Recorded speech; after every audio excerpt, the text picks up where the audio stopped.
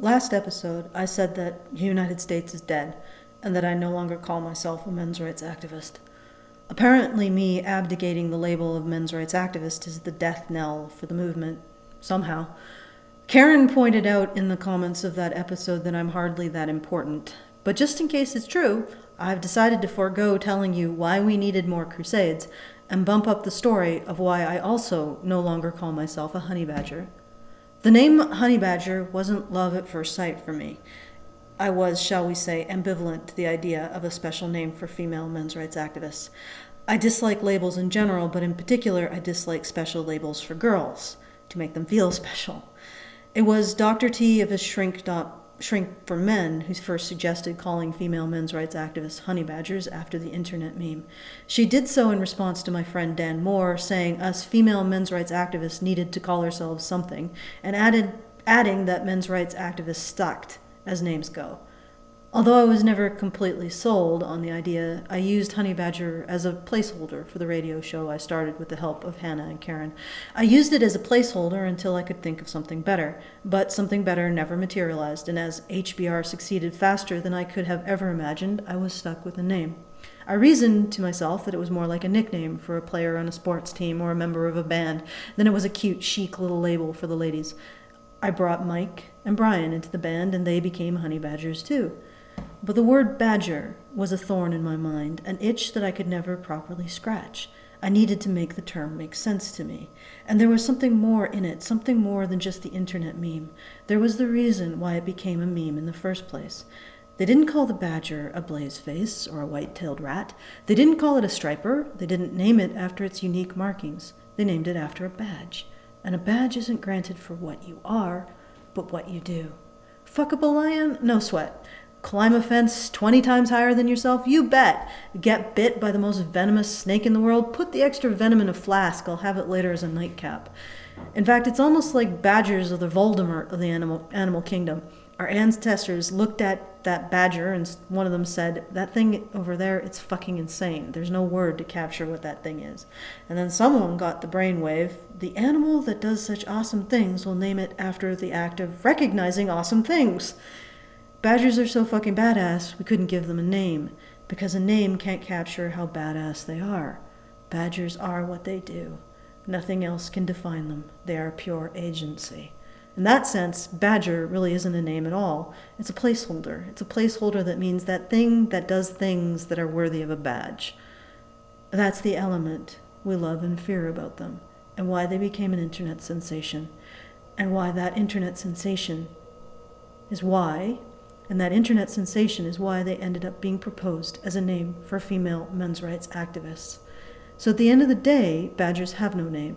They have no label. We just note that they carry a badge and back away slowly.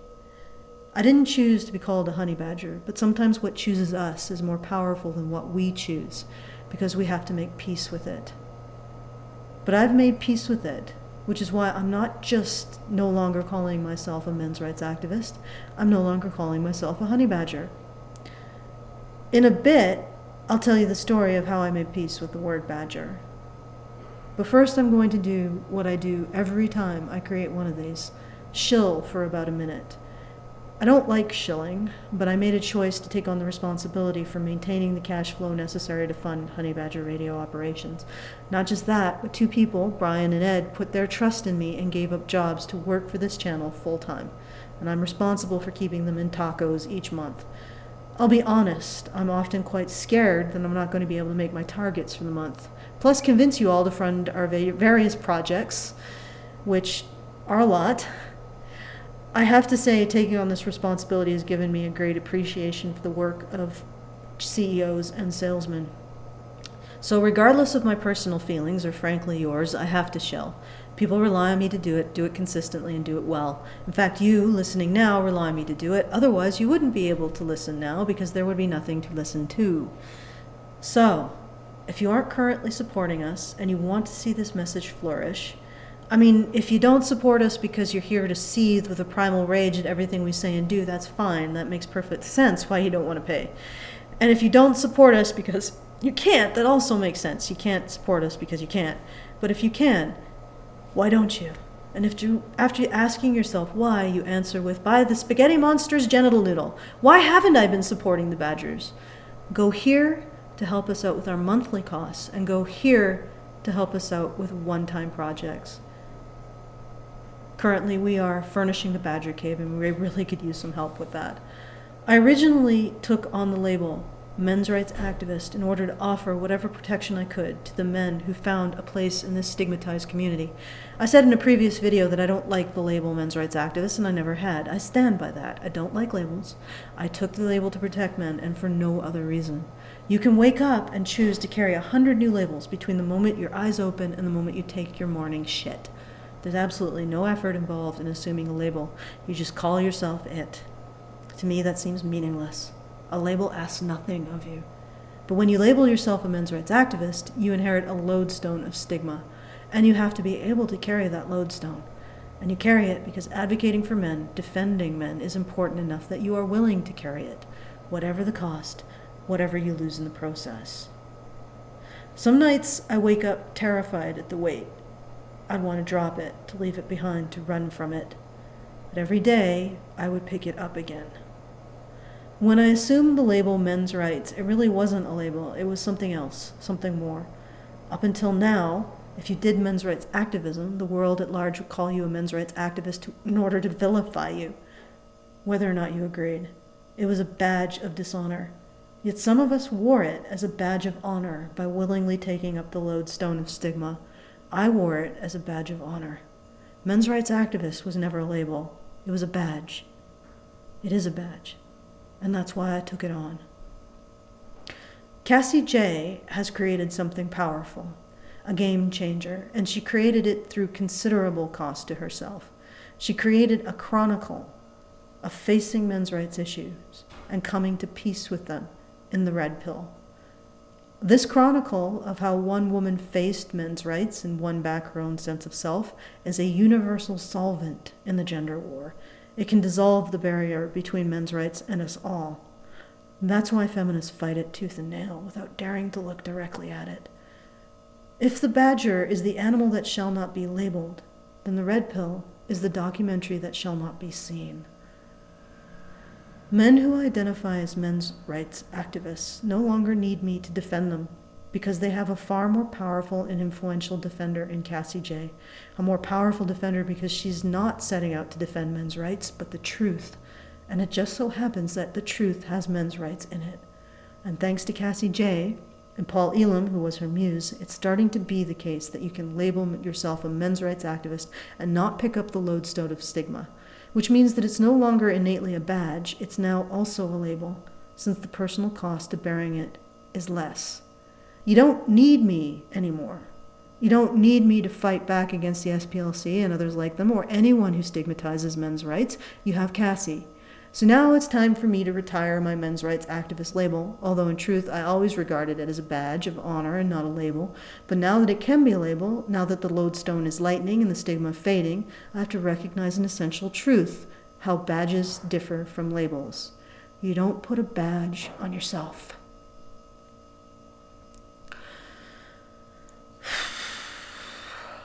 But having said that, maybe there is one last thing I can do to protect men's rights communities. One last thing I can do to earn the men's rights activist as a badge. Men's rights arguments are the gold standard for word weaponry, capable of opposing the regressive left. There is no other group that manufactures better munition in the war against feminist monopolization of the narrative. Now, with the rise of anti-feminist community, it's possible to take men's rights arguments and use them not for the defense of men, but personal defense against social justice tyranny, which is fine.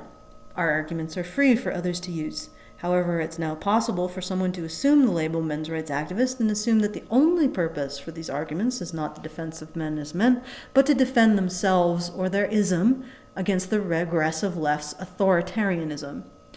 It's now possible to label oneself a men's rights activist and believe men's rights is about fighting the regressive left, not about men. There is a scene in the red pill. It's incredibly powerful. In fact, it drives home everything that men's rights activists talk about when they refer to the expendability of men and our willingness to ignore men's pain and suffering. I would say that it is the pivotal scene in the Red Pill, and it uses something that happened in the Middle East. It shows the Western media's silence while Boko Haram massacred thousands of innocent boys whose only crime was wanting to get a Western education, paired with our immediate outrage when they kidnapped 200 girls. If those girls had been boys, Boko Haram would have killed them, if not raped them as well, if they had time, if they had kept them alive long enough. Not just kidnapped them and forced them into pious lives. As Karen said in the Red Pill, Boko Haram is chivalrous. It was a devastating illustration of what men's rights talk about. The most devastating illustration of what men's rights talk about in the film. The most devastating illustration of the erasure of men's pain. And it came out of the Middle East. We would be hypocrites to use the situation of men in the Middle East as a knockout blow in our men's rights fight in the West and then turn around and insist men and boys have it better under Islamic regimes than women. That those brutally murdered boys have it better than the girls who were kidnapped. In fact, we would be just as hypocritical as feminists who say they're all about women's rights and criticize the West for its women's rights abuses when there are no rights men have that women don't in the West, while giving Islam a pass, even though there are verifiably rights men have that women don't in the Middle East. When I look at the Middle East, I look at it from the perspective of having spent time investigating men's human rights issues in the region, and on the whole, finding them to be rather severe. When someone asserts that women have it worse in Islam, I'm afraid I just can't nod and agree like a ditto head and not question. Give me a conclusion and shame all questioning of that conclusion, my badger sense starts tingling. And inevitably, I've found when I gauge with a person asserting that women have it worse, that they haven't looked at the situation for men to the same depth or degree before drawing their conclusion about who has it worse. Many times I get the distinct impression they don't even believe they have to measure Y, the situation for men, before asserting X, the situation for women, is worse. So I wonder, what information are they basing the comparison on when they haven't measured the situation for men? How do you make a comparison when you don't measure both sides? What's filling in Y if you haven't measured it? Right now there's talk that the label men's rights shouldn't apply to those who advocate for the defense of all men, not just men laboring under the regressive left's regime, but all men, including Muslim men. Apparently I, smear the name of men's rights by questioning the narrative that women have it worse in Islam. We're radicals for asking to measure both sides, for wanting discussion, for defending Muslim men against the charge of felony oppression.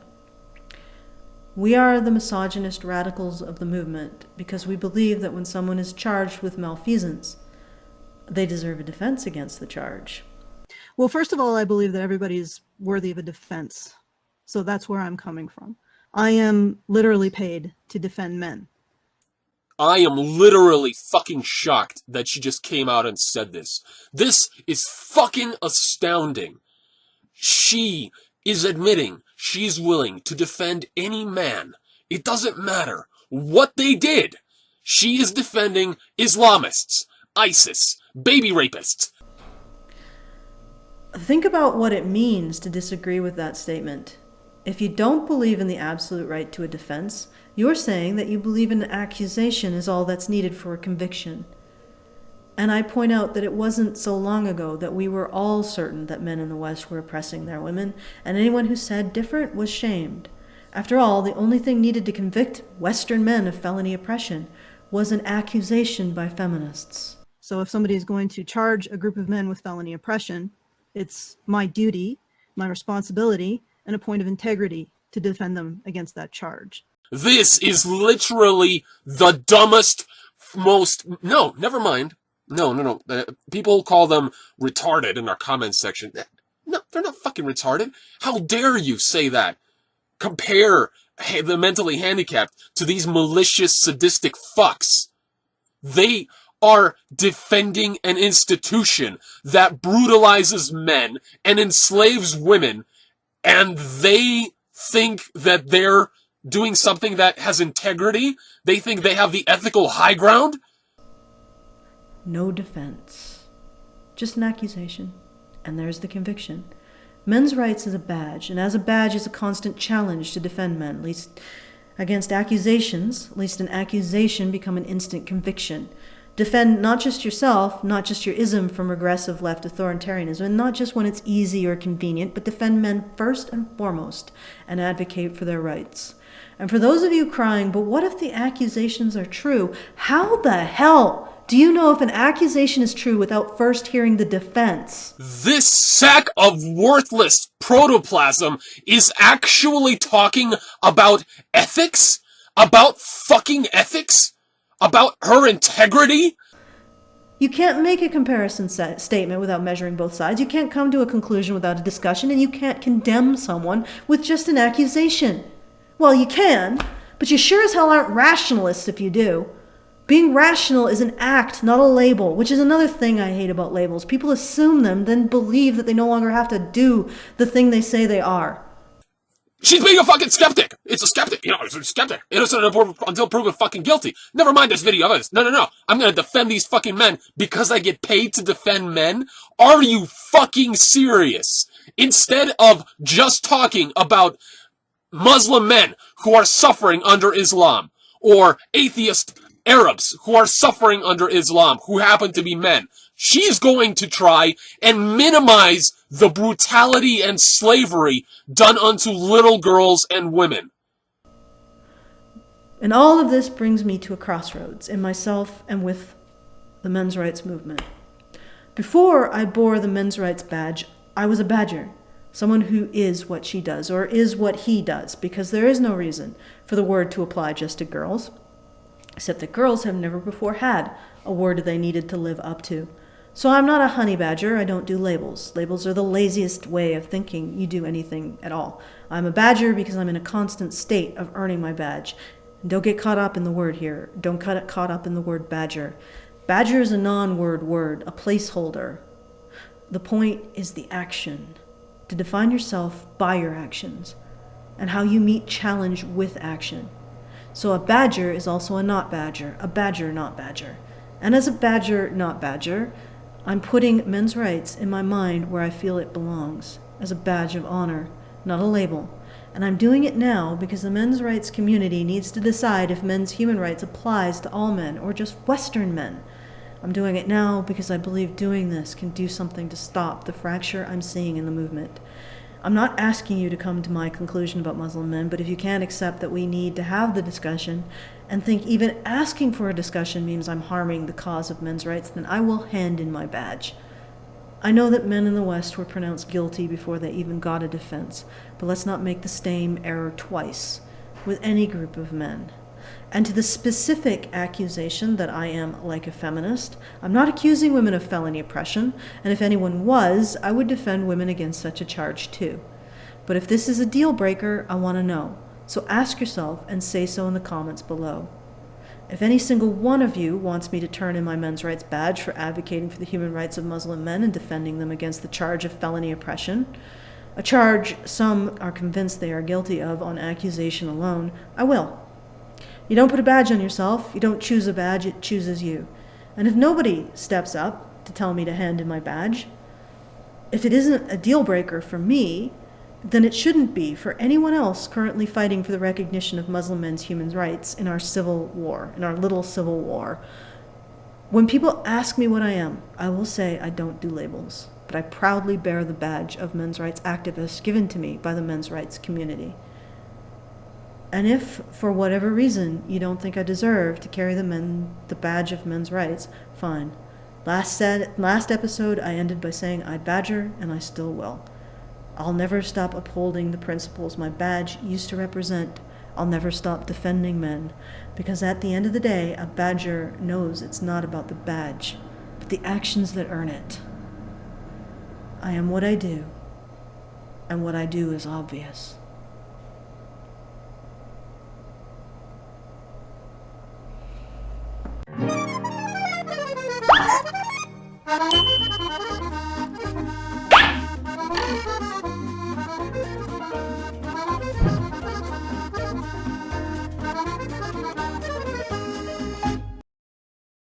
we're currently doing a fundraiser to get some furnishings in the Badger Cave. Right now, this is what Mike sleeps on. There's an option on feedthebadger.com to purchase, or help us purchase, a bedroom set for Mike. You go to feedthebadger.com, and you will get the option to, I guess, name the furniture or something. I don't even remember what I put on there. Anyway, go to feedthebadger.com and let's get Mike a proper bed. So here I'm going into the kitchen.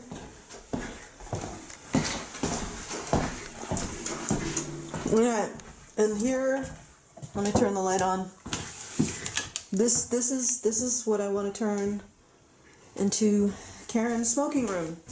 And if you look on the fundraiser, I mean, it doesn't look like much now, but it,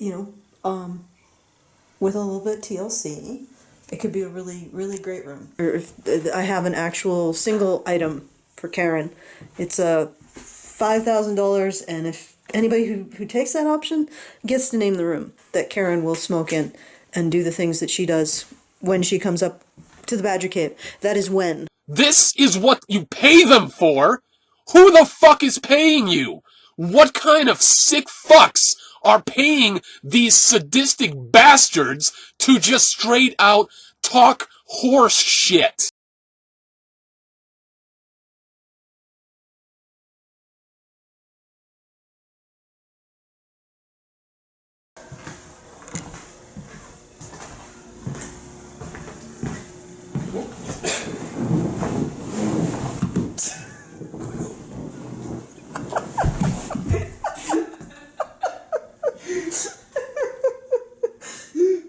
I really did not think that this could happen outside of an ISIS video.